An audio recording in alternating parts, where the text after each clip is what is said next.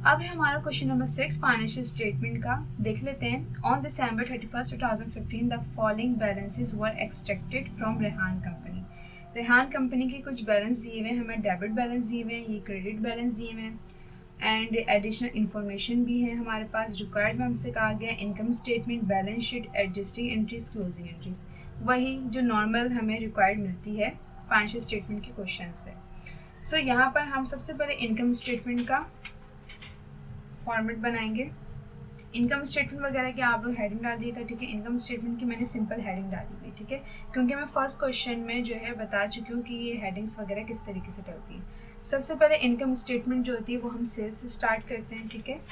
तो यहाँ पर सेल्स जो थी वो क्रेडिट बैलेंस में आप देखेंगे कि सेल्स आपके पास हैं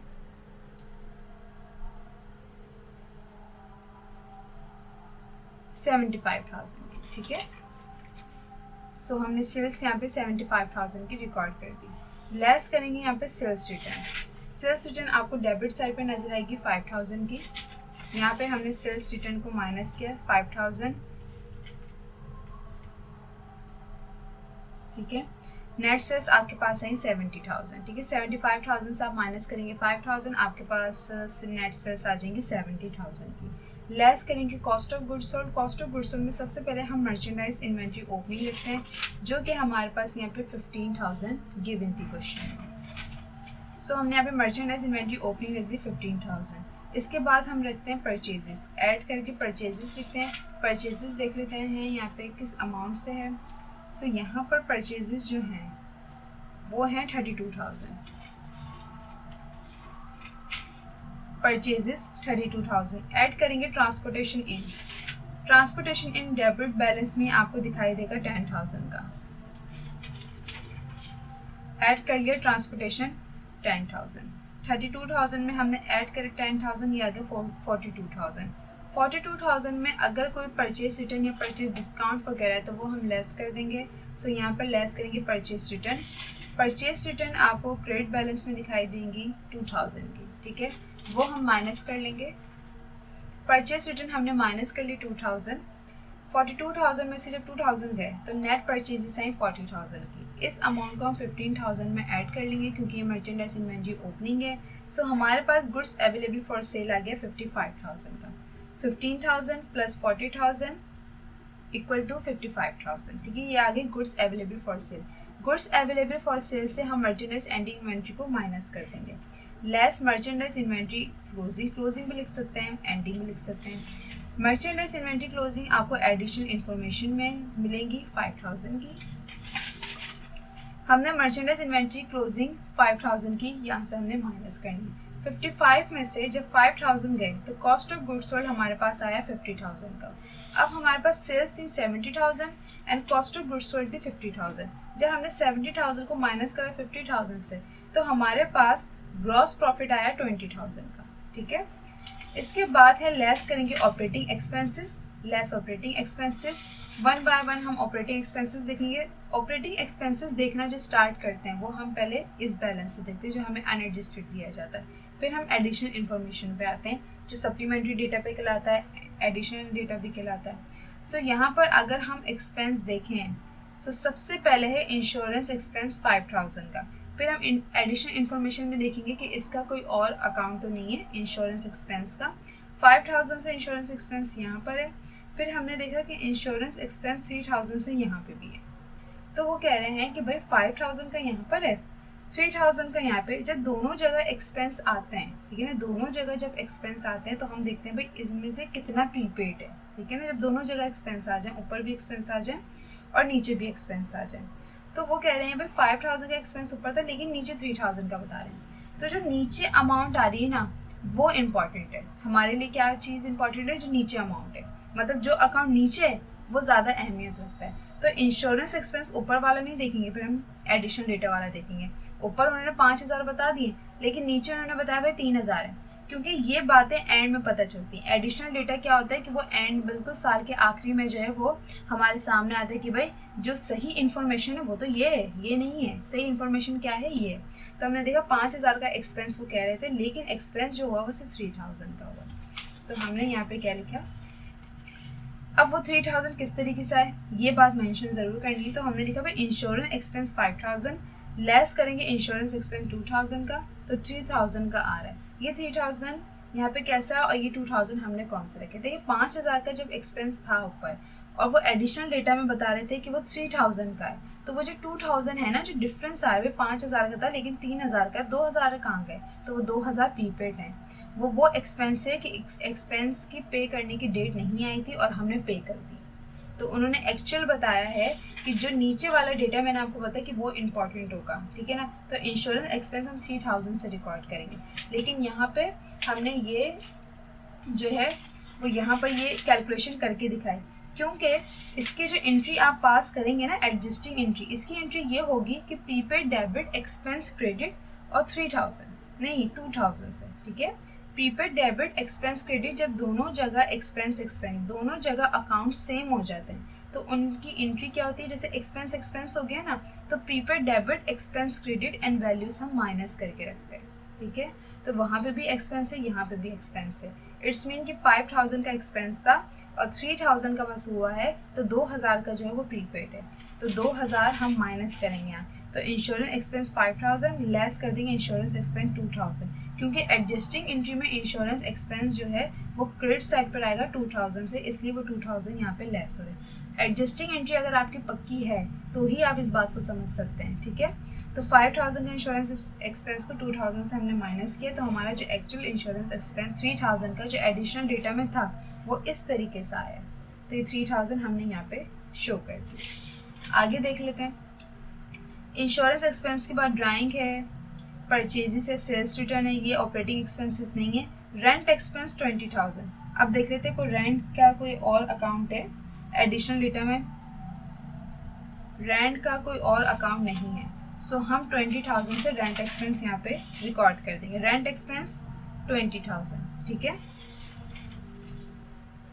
इसके बाद ऊपर अगर देखा जाए एक्सपेंसेस हमारे कंप्लीट हो गए। अब हम एडिशनल डेटा पे आ जाते हैं। एडिशनल डेटा में सबसे पहले डेप्रिसिएशन आया मशीन पर 3000 का, हम यहाँ पे डेप्रिसिएशन एक्सपेंस मशीन 3000 हमने यहाँ पे शो कर दिया, रिकॉर्ड कर दिया। इसके बाद है office supplies used. Office supplies जो होता है वो प्रीपेड होता है, लेकिन यहाँ पे यूज्ड के नाम से तो इट्स मीन कि ये एक्सपेंस है। अब हम ऊपर उसका अकाउंट देख लेते हैं कि ऊपर तो कोई अकाउंट नहीं है। सो यहाँ पर ऑफिस सप्लाईज 4000 का था, अब वो कह रहे हैं कि ऑफिस सप्लाईज जो यूज्ड हो गया वो 2000 का हो गया। सो यहाँ पर सिर्फ हम क्या करेंगे, हम ऑफिस सप्लाईज एक्सपेंस लिख के वही 2000 लिख देंगे, ठीक है। ऊपर वाली अमाउंट से कोई लेस वगैरह कोई ऐड वगैरह नहीं होगी, बस क्या होगा उन्होंने बताया कि भाई ऑफिस सप्लाई 4000 का था प्रीपेड, यूज जो हो गया वो 2000 का हो गया, तो बस 2000 से हमने ऑपरेटिंग एक्सपेंस में ऑफिस सप्लाईज के नाम से रिकॉर्ड कर दी कि ऑफिस सप्लाईज एक्सपेंस जो है वो 2000 का हुआ है of this year.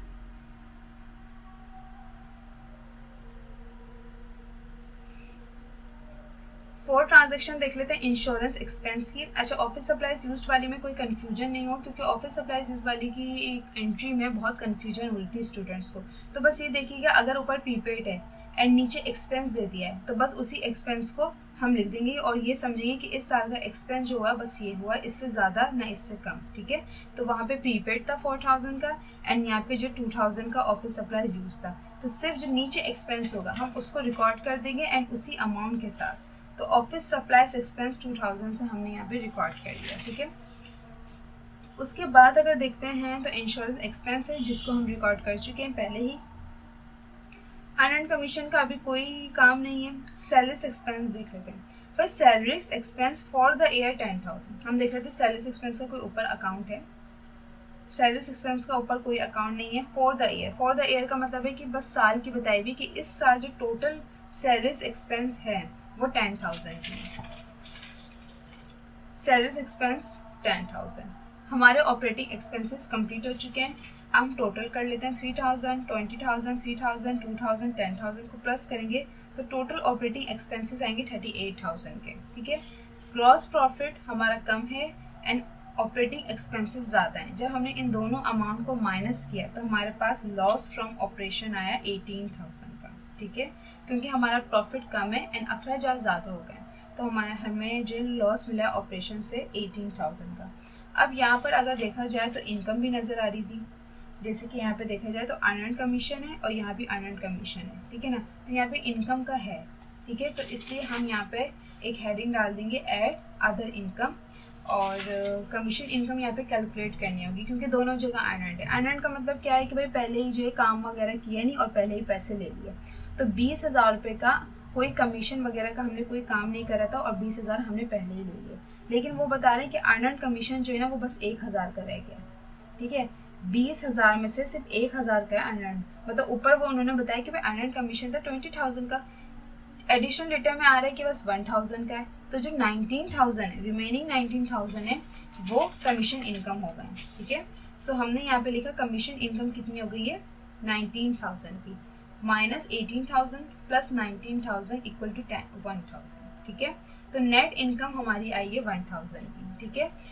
Commission income हो मतलब जो कोई भी इनकम हो, जितने भी एक्सपेंसेस हो, उन सबको कहीं ना कहीं हमें कैलकुलेट करना होगा। बहुत कम ऐसी एडजस्टमेंट होती है जिनको हम बस एडिशनल डेटा से उठा के रख देते हैं, ठीक है ना। बहुत कम ऐसी एडजस्टमेंट होती है, ज़्यादातर हमें ऊपर डेटा से जो उसे रिलेट करना होता है और हमें प्लस माइनस करना होता है, ठीक है।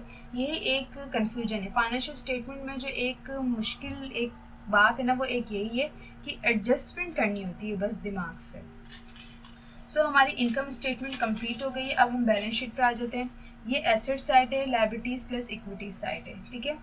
एसेट साइड पे हम क्या करते हैं, सबसे पहले करंट एसेट लिखते हैं। करंट एसेट में हमारे पास सबसे पहले कैश था 7,000 का, हमने यहाँ पे कैश लिख दिया 7,000 का।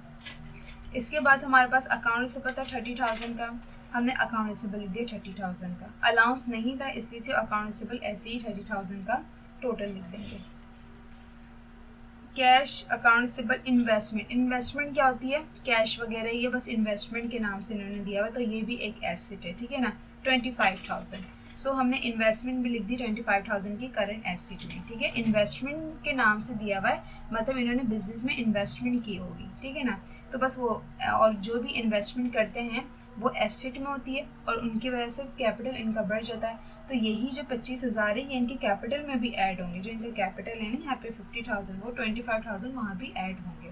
सो इन्वेस्टमेंट वगैरह के नाम से अगर आ जाए या ज़्यादा एडिशनल इन्वेस्टमेंट के नाम से ये आ जाता है तो आप इसे करंट एसेट में लिखिएगा, जैसे कि आपने यहाँ पे इन्वेस्टमेंट लिख के 25,000 लिखना है। इसके बाद इन्वेस्टमेंट के बाद मर्चेंडाइज इन्वेंट्री आई है। ये एक एसेट है लेकिन एंडिंग, ओपनिंग नहीं, तो हम एंडिंग लेंगे 5,000 की, यहाँ पे रिकॉर्ड कर देंगे। Merchandise inventory closing 5,000। इसके बाद अगर देखा जाए तो ऑफिस सप्लाईज, अब ऑफिस सप्लाईज 4,000 ऐसी के ऐसी हम उठा के नहीं रख सकते। देखिए ऑफिस सप्लाईज 4,000 के थे, नीचे उन्होंने बताया कि 2,000 के यूज हो चुके हैं। इट्स मीन कि 2,000 का बस ऑफिस सप्लाईज अब हमारे पास है। यहाँ पे हमने ये लिखा office supplies 4,000 less office supplies use 2,000। 4,000 में से 2,000 गया तो हमारे पास 2,000 बचा, मतलब ऑफिस सप्लाईज जो बचा है प्रीपेड वो जस्ट 2,000 है। इसके बाद मशीन फिक्स एसेट है, insurance expense, drawing, purchases, sales return, transportation in rent expense, हमारे एसेट्स जो हैं वो ऊपर खत्म हो गए। अब देखा जाए तो नीचे देख लेते हैं एडिशनल इन्फॉर्मेशन में कि कोई एसेट वगैरह तो नहीं है। मर्चेंडाइज एंड इन्वेंट्री जो कि हम ले चुके हैं। डेप्रिसिएशन यहाँ पर कोई काम नहीं है अभी क्योंकि इसका फिक्स एसेट में काम है। ऑफिस सप्लाईज यूज्ड एक एक्सपेंस था।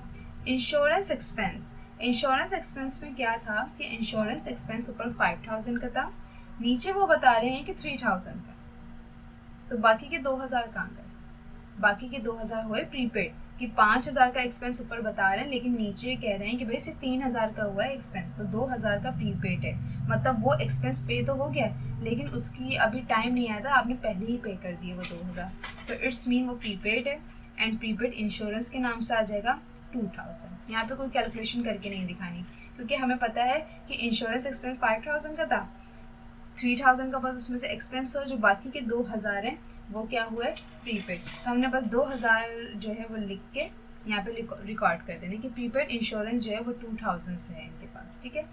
करंट एसेट हमारे कंप्लीट हो गए। टोटल करंट एसेट्स की हेडिंग डाली, इन सबको हमने प्लस किया, हमारे टोटल करंट एसेट्स आए 71,000।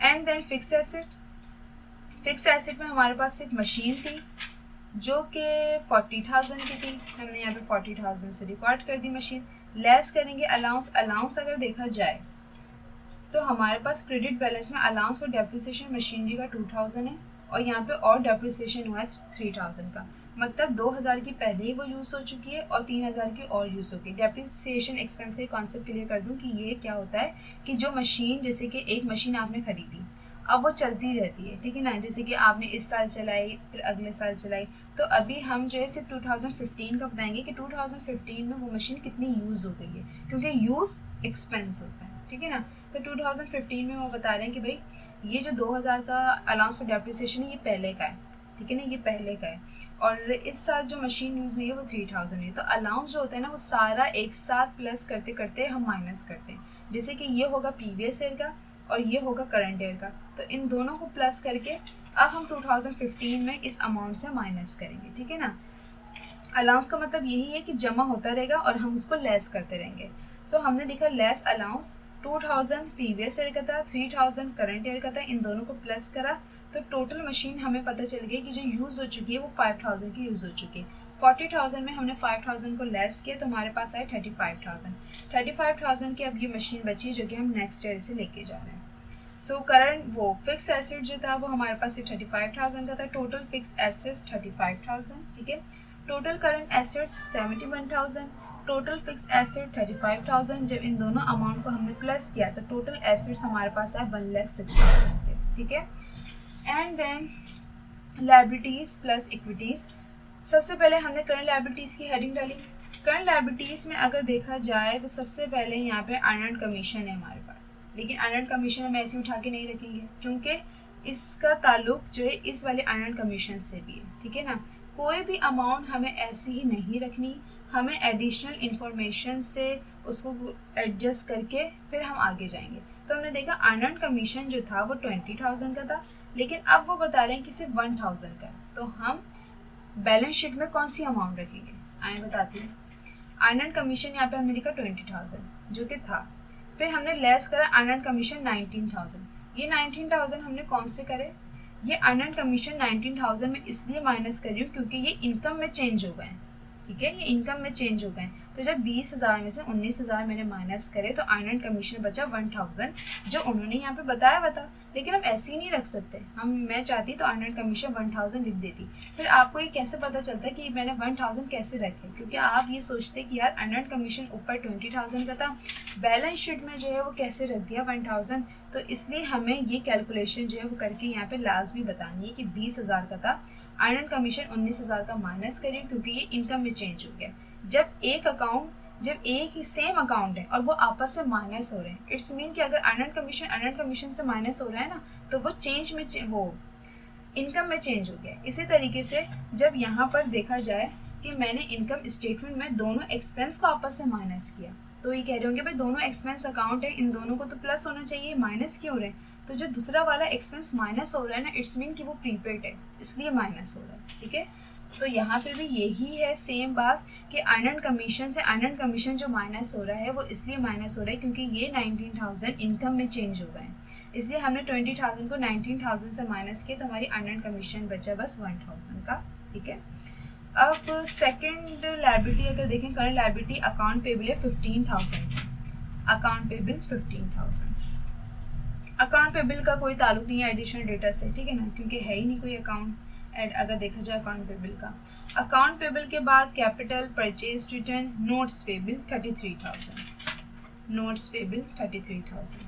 देखा जाए तो लायबिलिटीज जो है करंट लायबिलिटीज वो ऊपर जो बैलेंसेस दिए हुए थे वहाँ से ख़त्म हो गए हैं। अब हम एडिशनल डेटा पर आ जाते हैं। एडिशनल डेटा में अगर आप देखें तो कोई है लायबिलिटी, अब देखें ये salaries expense for the year 10,000, ठीक है। सैलरीज एक्सपेंस का ऊपर कोई अकाउंट नहीं था, ठीक है। जब एक्सपेंस सिर्फ एडिशनल डेटा में दी जाए तो इट्स मीन कि वो पे नहीं है, ठीक है। इसका क्या मतलब हुआ कि वो पे नहीं है। अगर ये होता कि एक्सपेंस का जैसे यहाँ पे था एक्सपेंस, ऊपर भी उसका एक्सपेंस का काउंट होता तो फिर हम देखते कि यार ये कुछ एक्सपेंस हो गया, कुछ प्रीपेड होता, ठीक है ना, ये देखती ना मैं, या ये होता है कि कुछ पे हो गया कुछ पे नहीं हुआ, तो वहाँ से तो बिल्कुल ईजिली पता चल जाता है कि कौन सी लायबिलिटी है और कौन सा एक्सपेंस प्रीपेड है और कौन सा जो एक्सपेंस है वो अभी पेबल है। लेकिन यहाँ से आप लोगों को कैसे पता चलेगा कि ये सैलरीज एक्सपेंस जो है ये पेबल भी है, तो ऐसे पता चलेगा अगर एक्सपेंस का कोई अकाउंट ऊपर नहीं है और सिर्फ नीचे एक्सपेंस बताया हुआ है कि पूरे साल का जो सैलरीज एक्सपेंस है वो 10,000 है, तो इट्स मीन कि ये पे नहीं है, ये हमें नेक्स्ट ईयर जाके पे करना होगा, क्योंकि हमें ये एडिशनल डेटा कब मिलता है, ये बिल्कुल 31 दिसंबर में हमारे सामने आता है। अगर इनका साल जो है वो 31 दिसंबर को ख़त्म हो रहा है तो ये एडिशनल डेटा 31 दिसंबर को हमारे सामने आता है। तो हम इतनी जल्दी कैसे पे करेंगे, तो फिर हम क्या करते हैं, इसको अपने साथ ले जाते हैं और अगले साल जो वो पे कर देते हैं। तो salaries expense for the year की हमें 10,000 की एडिशनल डेटा में हमें पता चली, ऊपर हमें कहीं नहीं मिली सैलरीज एक्सपेंस, इट्स मीन कि ये पे नहीं है। इसलिए हमने क्या करा कि सैलरी पेबल के नाम से ये 10,000 हमने लायबिलिटी में रहती है, क्योंकि एक्सपेंस एडिशनल डेटा में था और एडिशनल डेटा में जब अकेला एक्सपेंस होता है तो वो पे नहीं होता, इसलिए हम उसको लायबिलिटी कहते हैं। और सैलरीज एक्सपेंस के नाम से वो ऑपरेटिंग एक्सपेंस में तो आ गया, लेकिन पेबल के नाम से वो करंट लायबिलिटीज में भी आएगा, सैलरी पेबल 10,000। ठीक है, सो हमारी करंट लायबिलिटीज कंप्लीट हो गई हैं, 1,000, 15,000, 33,000, 10,000, टोटल करंट लायबिलिटीज 59,000। देखा जाए आपको क्रेडिट बैलेंस में कहीं पे भी लॉन्ग टर्म लायबिलिटी नहीं नजर आएगी। तो जब लॉन्ग टर्म लायबिलिटी नहीं होती तो फिर हम क्या करते हैं, डायरेक्ट ऑनर सिक्योरिटी पर आ जाते हैं। ऑनर सिक्योरिटी कैपिटल था 50,000 का, ठीक है, लेस करी हमने ड्राइंग 4,000, ड्राइंग 4,000, लेस ड्राइंग 4,000, 46 था, 50,000 में से 4,000 माइनस हुए 56,000, ऐड करी net income 1,000, add net income 1,000, total owner security क्या आई है 47,000। ठीक है, 50,000 का कैपिटल था, ड्राइंग लेस करी तो 46,000 का बचा, उसमें ऐड कर दी नेट इनकम, अब हमारा कैपिटल जो 47,000, ये है हमारी total owner security. Total owner security को टोटल करंट लायबिलिटीज में ऐड करेंगे तो हमारे पास टोटल इक्विटीज आ जाएंगी 1,06,000। टोटल एसेट्स टोटल इक्विटीज बिल्कुल सेम है, इट्स मीन हमारी बैलेंस शीट बिल्कुल करेक्ट है। एडजस्टिंग एंट्रीज पर आ जाते हैं हम भाई।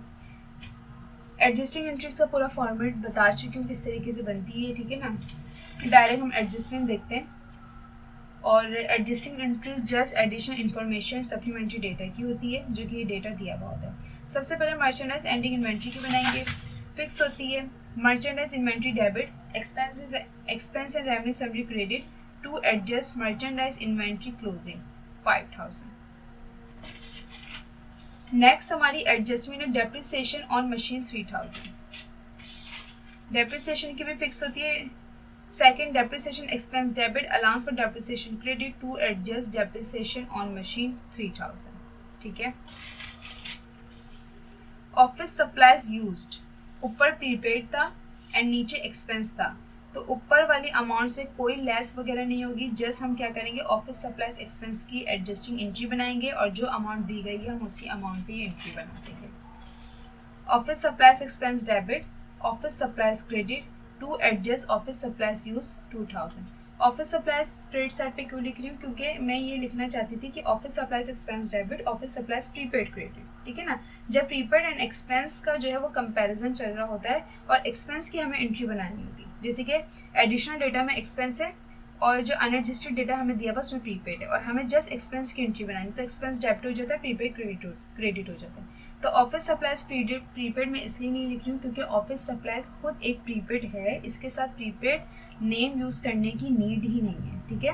तो office supplies expense debit, office supplies credit, narration बना देंगे और जो अमाउंट हमें एडिशनल इन्फॉर्मेशन में दी गई होगी हम उसी अमाउंट पर बना देंगे, ठीक है। लेकिन इसमें अलग अलग सिचुएशन होती है, लेकिन यहाँ सिचुएशन ऐसी थी कि ऊपर प्रीपेड था नीचे एक्सपेंस था, सो हम एक्सपेंस की एंट्री बना देंगे और जो अमाउंट नीचे दी गई होगी हम उसी अमाउंट पे ये एंट्री पास कर देंगे। फोर्थ एंट्री देख लेते हैं इंश्योरेंस एक्सपेंस की। अच्छा, ऊपर इंश्योरेंस एक्सपेंस था और नीचे भी इंश्योरेंस एक्सपेंस था, जब दोनों अकाउंट सेम हो जाएं तो इसकी एंट्री फिर प्रीपेड की बनती, क्योंकि ये एक्सपेंस देने का मकसद ये है कि हम प्रीपेड को आइडेंटिफाई करें कि 5,000 का एक्सपेंस था लेकिन ये बता रहे हैं कि सिर्फ 3,000 का एक्सपेंस है, तो वो 2,000 जो है ना रिमेनिंग अमाउंट जो है 2,000 की वो है प्रीपेड, तो हमें जो एडजस्टिंग एंट्री बनानी है वो बनानी है प्रीपेड की। सो प्रीपेड की एंट्री किस तरीके से बनेगी, prepaid insurance debit, insurance expense credit, 5,000 को 3,000 से माइनस किया तो प्रीपेड हमारे हुए 2,000, ठीक है।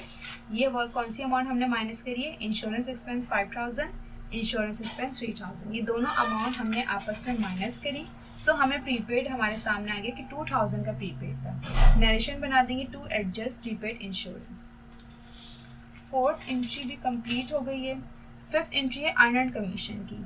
अनएडजस्टेड डेटा में हमें अर्नड कमीशन दिया हुआ 20,000 से एंड नीचे अर्नड कमीशन दिया हुआ 1,000 से। सो हमें एडिशनल इन्फॉर्मेशन देने का क्या मकसद है कि हमें इनकम आइडेंटिफाई करनी कि इन दोनों अकाउंट्स में जो अर्नड के अकाउंट्स हमें दिए हुए इनमें कोई अमाउंट है जो कि इनकम में चेंज हुई, तो हमें एंट्री किसकी बनानी, इनकम की। और इनकम की एंट्री हम किस तरीके से बनाएंगे, जब हमें अमाउंट नहीं पता होती तो हम दोनों अमाउंट को माइनस कर लेते हैं। जैसे प्रीवियस जो एंट्री थी इंश्योरेंस एक्सपेंस की, इसमें भी हमें नहीं पता था ना, हम प्रीपेड की एंट्री बना रहे हैं लेकिन प्रीपेड की तो अमाउंट ही नहीं है, सो हमने दोनों अमाउंट्स माइनस करी, अनएडजस्टेड डेटा वाली भी एंड एडिशनल इन्फॉर्मेशन वाली भी। बिल्कुल इसी तरीके से अर्नड कमीशन का भी यही हाल है कि अर्नड कमीशन ऊपर 20,000 से एंड नीचे 1,000 से, ठीक है। तो यहाँ पे इनकम की एंट्री बनानी है लेकिन इनकम की वैल्यू नहीं है, सो हम दोनों अमाउंट को माइनस कर देंगे, अनएडजस्टेड डेटा वाली भी एंड एडिशनल इन्फॉर्मेशन वाली भी। तो इनकम की जो एंट्री होती है वो ये होती है कि earned commission debit, commission income credit. 20,000 का था अर्नड कमीशन लेकिन अब 1,000 का बचा है, 19,000 का वो कमीशन इनकम हो गया, अर्नड कमीशन कमीशन इनकम में चेंज हो गया, ठीक है। तो अनएडजस्टेड डेटा वाली वैल्यू ये है और एडिशनल इन्फॉर्मेशन जो डेटा वाली वैल्यू है वो ये है। सो हमने दोनों अमाउंट को माइनस किया, हमें पता चलेगी कमीशन इनकम 19,000 की थी। To adjust commission income. Sixth entry हमारी कौन सी है, salaries expense for the year. इसका मैंने आप लोगों को बता दिया था कि ये पेबल वाली एंट्री है। तो पेबल वाली एंट्री सिंपल ये होती है कि भाई salaries expense debit, salary payable credit 10,000। ऊपर सैलरीज एक्सपेंस का कोई अकाउंट नहीं था, बस नीचे हमें सैलरीज एक्सपेंस 10,000 की दी हुई और जब एडिशनल इन्फॉर्मेशन में कोई एक्सपेंस दिया हुआ होता है तो वो पे नहीं होता, तो बस जस्ट हम salaries expense debit payable credit करके एंट्री बना देंगे और यही अमाउंट जो है वो हम वहाँ पर रिकॉर्ड कर देंगे। Salaries expense debit, salary payable credit 10,000 to adjust salaries expense. So हमारी एडजस्टिंग एंट्री भी बन गई है। अब हम क्लोजिंग एंट्रीज बना लेते हैं। क्लोजिंग एंट्रीज भी बहुत सिंपल हैं, बता चुकी हूँ किस तरीके की होती हैं, कौन कौन से एक्सपेंसेस, कौन कौन से क्या सारे ही एक्सपेंसेस यहाँ पे क्लोज हो जाते हैं। नंबर 1 है expense and revenue summary account debit side पर होगा और सारे एक्सपेंसेस क्रेडिट साइड पर हो जाएंगे। अच्छा, यहाँ पे मैं सारे एक्सपेंसेस जो एडिशन एंड वो अनएडजस्टेड डेटा से नहीं बता रही, यहाँ पे डायरेक्ट बताऊंगी क्योंकि मैं पहले समझा चुकी हूँ। और जो एक्सपेंसेस के कॉन्सेप्ट होते हैं जैसे कि ऊपर वाले डेटा से, जैसे यहाँ वाले डेटा से और एडिशनल इन्फॉर्मेशन के डेटा से जो हमें रिलेट करना होता है, हमें प्लस माइनस करना होता है, वो भी मैं आप लोगों को बता चुकी हूँ। तो मैं डायरेक्ट करूँगी। सबसे पहले मर्चेंडाइज ओपनिंग थी हमारे पास 15,000 की, वो रखी। फिर इंश्योरेंस एक्सपेंस की 5,000 को माइनस कर 2,000, ये वही कैलकुलेशन है जो हमने यहाँ पे इनकम स्टेटमेंट में करी है, ठीक है। एज इट इज़ वही कैलकुलेशन होगी यहाँ पे कि 5,000 को 2,000 से हमने माइनस किया तो यहाँ पर 3,000 का इंश्योरेंस एक्सपेंस आया। परचेजेस हमारे पास 32,000 की थी। सेल्स रिटर्न हमारा एक एक्सपेंस है 5,000 का। Transportation in 10,000, rent expense 20,000, depreciation expense on machine 3,000, office supplies use 2,000, sales expense 10,000। To close all expenses account, इन तमाम अमाउंट को हम प्लस करेंगे, डेबिट साइड पे लिख देंगे। ये होगा हमारे टोटल एक्सपेंसेस अकाउंट की अमाउंट। अब हम सारी इनकम क्लोज करेंगे। इनकम क्लोज होते हुए डेबिट साइड पर आएंगी। तो एक इनकम थी कमीशन इनकम जो कि 19,000 की थी, सेल्स थी 75,000 की, परचेज रिटर्न था 2,000 का, मर्चेंडाइज इन्वेंट्री क्लोजिंग थी 5,000 की, expense and revenue summary credit, इन तमाम इनकम को हमने प्लस किया तो हमारे पास है 1,01,000। To close all income accounts. Third entry क्या होती है, प्रॉफिट या लॉस को क्लोज करना। तो अगर देखा जाए तो हमारी इनकम 1,01,000 है और एक्सपेंसेस कम है, तो 1,000 से जो है यहाँ पे प्रॉफिट हो रहा है। प्रॉफिट की एंट्री जो होती है क्लोजिव वो क्या होती है, expense and revenue summary debit, capital credit. यहाँ पे आप कैलकुलेशन करना चाहें तो कर सकते हैं। जैसे 1,01,000 को मैंने माइनस कर दिया 1,00,000 से, ठीक है, कि मेरी इनकम 1,01,000 थी और एक्सपेंसेस 1,00,000 थे, तो मुझे 1,000 का मुनाफा हुआ, प्रॉफिट हुआ और मैंने उसको क्लोज कर दिया। To close net income. फिर फोर्थ एंट्री होती है ड्राइंग की। अगर क्वेश्चन में गिवन है तो यहाँ पे जो है ड्राइंग यहाँ पे क्वेश्चन में गिवन थी, ड्राइंग 4,000 से। Fourth capital debit, drawing credit 4,000 to close drawing account, ठीक है। एक्सपेंसेस इनकम मैंने डायरेक्ट बताई है क्योंकि ज़्यादातर एक जैसी हैं। प्रीवियस वीडियोस में मैं इनको डिस्कस कर चुकी हूँ, ठीक है ना, कि इनकी कैलकुलेशन किस तरीके से होती है। अच्छा, इनकी जो कैलकुलेशन होगी ना, जैसे ये 5,000 को माइनस करते हैं 2,000, ये बिल्कुल अगर आप देखना चाहें तो जैसे आप इनकम स्टेटमेंट में करते हैं बिल्कुल उसी तरीके से याद रखनी है। बस यहाँ होंगे कि सारे एक्सपेंसेस साथ आ रहे हैं। जैसे यहाँ पे हम एक्सपेंसेस तो रख रहे हैं लेकिन अलग अलग, कॉस्ट ऑफ गुड्स सोल्ड में जो एक्सपेंसेस हैं वो थोड़े अलग हैं, जैसे परचेजेस वगैरह वाले जो एक्सपेंसेस हैं वो ऊपर हमने एडजस्ट करें। फिर ऑपरेटिंग एक्सपेंस में वो सारे एक्सपेंसेस, सैलरीज, डेप्रिसिएशन वो सब अलग रखें। इनकम स्टेटमेंट में है वही इनकम और एक्सपेंसेस जो हम क्लोजिंग एंट्रीज में रखें, बस वहाँ पे जो है वो फॉर्मेट अलग अलग है। यहाँ पे एक सेल्स का छोटा सा फॉर्मेट है, फिर एक कॉस्ट ऑफ गुड्स सोल्ड का है, फिर ये ऑपरेटिंग एक्सपेंसेस हैं, फिर ये अदर इनकम, इसको अलग रख रहे हैं। और यहाँ पे क्या होगा, जितने भी एक्सपेंसेस हैं वो सब क्लोज हो रहे हैं, जितनी भी इनकम है वो सब क्लोज हो रही है, फिर जो मुनाफा है वो क्लोज हो रहा है, फिर ड्राइंग क्लोज हो रही है। ठीक है, सो क्लोजिंग एंट्रीज भी आपकी कंप्लीट हो गई हैं एंड एडजस्टिंग एंट्रीज भी बन गई, बैलेंस शीट भी बन गई, इनकम स्टेटमेंट हो गई है। क्वेश्चन नंबर 6 आपका कंप्लीट हो गया, बहुत ईजी था। अभी भी कहूँगी कि एडजस्टमेंट में थोड़ा दिमाग लगाइएगा, इसको थोड़ा समझिएगा। ठीक है, डायरेक्ट अमाउंट्स को, मतलब डायरेक्ट अमाउंट्स की हम एडजस्टिंग एंट्री नहीं बनाते हैं। ठीक है, जैसे कि कहा जाता है कि सिर्फ एडिशनल इन्फॉर्मेशन की एडजस्टिंग एंट्री बनेगी, लेकिन ये कहीं नहीं कहा जाता कि जो अमाउंट्स है उन्हीं अमाउंट्स है, नहीं, ऐसा नहीं है। ठीक है, हमें अमाउंट को ऊपर से देखना होगा कि भाई यही अमाउंट रखें, या हम ऊपर से लेस वगैरह करेंगे या एडजस्टिंग, क्योंकि एडजस्टमेंट दी हुई ना, हमें एडजस्टमेंट किसके साथ करनी है भाई, अनएडजस्टेड डेटा के साथ ही करनी है। ठीक है, जो ऊपर अनएडजस्टेड डेटा है उससे ही तो हमें इसको मिलाना है। फिर हम देखेंगे कि भाई वही अमाउंट रखें या नहीं। जैसे कि यहाँ पर एक था कि ऑफिस सब, यहाँ पे इंश्योरेंस एक्सपेंस का सबसे पहले ये बहुत एक मिसाल के तौर पे कि इंश्योरेंस एक्सपेंस यहाँ पे 5000 का था, अब यहाँ पे नीचे इंश्योरेंस एक्सपेंस 3000 का था, और हमें यहाँ पे एंट्री बनानी थी प्रीपेड की, और प्रीपेड की ही वैल्यू नहीं पता, तो हमें कैसे पता लगाई कि 5000 को हमने 3000 से माइनस किया। अब हमने ये इंश्योरेंस एक्सपेंस की, जब यहाँ पे ये फोर्थ एंट्री हमने बनाई, देखिए फोर्थ एंट्री जब हमने बनाई तो हमने क्या वही अमाउंट रखी जो हमें एडिशनल इन्फॉर्मेशन में दी गई थी, बिल्कुल नहीं रखी। हमने एंट्री भी उलट बनाई, वहाँ इंश्योरेंस एक्सपेंस जबकि हमें प्रीपेड की एंट्री बनाई, और वैल्यूज भी, हम वैल्यू भी 2000 की बिल्कुल चेंज रखी। तो यही एडजस्टिंग एंट्री सिंपल नहीं होती है, थोड़ी हार्ड ही होती है, और इसमें बस यही होता है कि प्लस माइनस का बस जो है ना वो ध्यान रखना चाहिए कि बिल्कुल सही ऐड और लेस करें, बिल्कुल सही जो है वो एडजस्टमेंट करें। सो आपका क्वेश्चन नंबर 6 जो है वो कंप्लीट हो गया है।